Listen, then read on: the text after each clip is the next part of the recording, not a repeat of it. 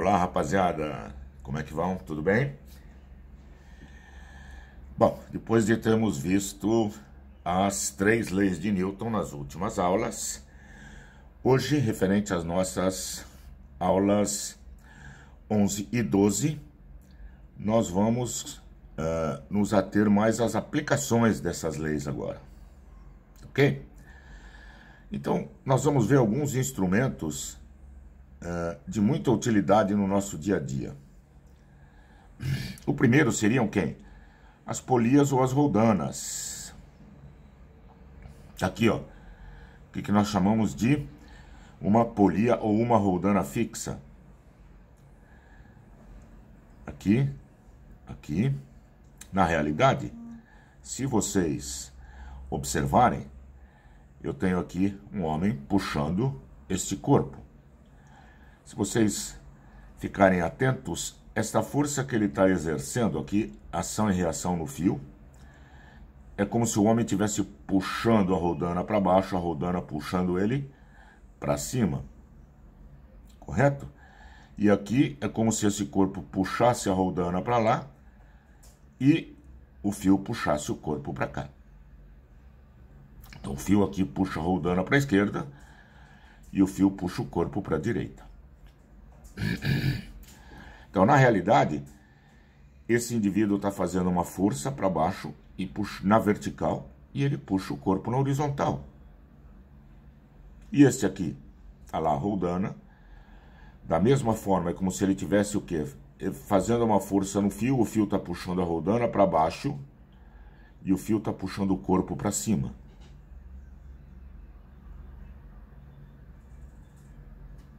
Mesma coisa aqui. Esse indivíduo faz uma força, agora não está nem na vertical nem na horizontal, numa direção oblíqua qualquer, e o fio está puxando esse corpo para cima. Então, o que é que uma polia ou uma roldana pode fazer? Mudar direção e sentido de uma força, mantendo a sua o quê? Intensidade. Uma roldana fixa sempre tem que estar presa a quem? A um suporte fixo e executa apenas movimento de rotação, ou seja, ela só gira. Ela só gira. Isso é uma roldana que nós chamamos de fixa. Fundamental. Ela pode mudar a direção e o sentido de uma força. Aqui, o que ela está fazendo? Olha a força que o indivíduo está fazendo, está na vertical, aqui está na horizontal. Aqui está na vertical, só que aqui o sentido é para baixo e no corpo aparece para cima. Ok? Então muda a direção e o sentido de uma força, mas a intensidade é sempre a mesma. FF, FF, FF. Perfeito? Então, ela tem que estar presa ou a um suporte, tá ok? Tem que estar fixo, por isso que a gente chama de roldana fixa. Bom, e qual é a diferença para uma roldana móvel? Então aqui eu tenho uma fixa novamente. Ah, esta aqui é uma roldana móvel, ela não está fixa nada. Olha que interessante, eu tenho um corpo de peso P, como aqui a roldana está presa por 2 fios, em cada um deles aparece o quê? Metade desse peso, porque se eu somar os dois, tem que dar valor igual ao peso do corpo. Então aqui é P sobre 2, P sobre 2. Significa que aqui é P sobre 2. Olha, esse cara agora está fazendo só o quê? Apesar de o corpo ter P, a força que ele tem que fazer não é P. É a metade de P. Uau, então a finalidade básica de uma roldana móvel é o quê? Diminuir o valor da força que a pessoa vai fazer. Então, por exemplo, eu peguei aqui 3 roldanas fixas, móveis, e aqui uma única fixa. Ok? Eu tenho um peso P, o que essa roldana vai fazer? Como ela está presa por 2 fios, P sobre 2 e P sobre 2. Ah, mas este fio está preso a uma outra roldana, que por sua vez está preso a outros 2 fios. Então agora, se aqui é P sobre 2, aqui também é P sobre 2, pela ação e reação. Portanto, nos fios agora tem P sobre 2, que é P sobre 4. Então aqui também é P sobre 4, mas preso por 2 fios. Então P sobre 4 sobre 2, P sobre 4 sobre 2, isso aqui é P sobre 8. Olha quanto é que esse indivíduo vai fazer agora de força. O peso dividido por 8. Então nós podemos tirar uma equação única para isso. Que a força que a pessoa vai exercer vai ser igual a quem? O peso do corpo sobre 2 elevado a n. Quem é esse n? É o número de roldanas, o quê? Móveis. Nesse caso seria 1, 2, 3, 2 elevado a 3, 8. Por isso que ele vai fazer uma força de P sobre 8. Tranquilo? Tá claro? Função fundamental de uma roldana fixa. Mudar direção ou sentido, mantendo a força igual. Móvel. O que ela faz? Diminui a força-peso do corpo que eu tenho que levantar. E ela diminui obedecendo que a força da pessoa é o peso dividido por 2 elevado a n.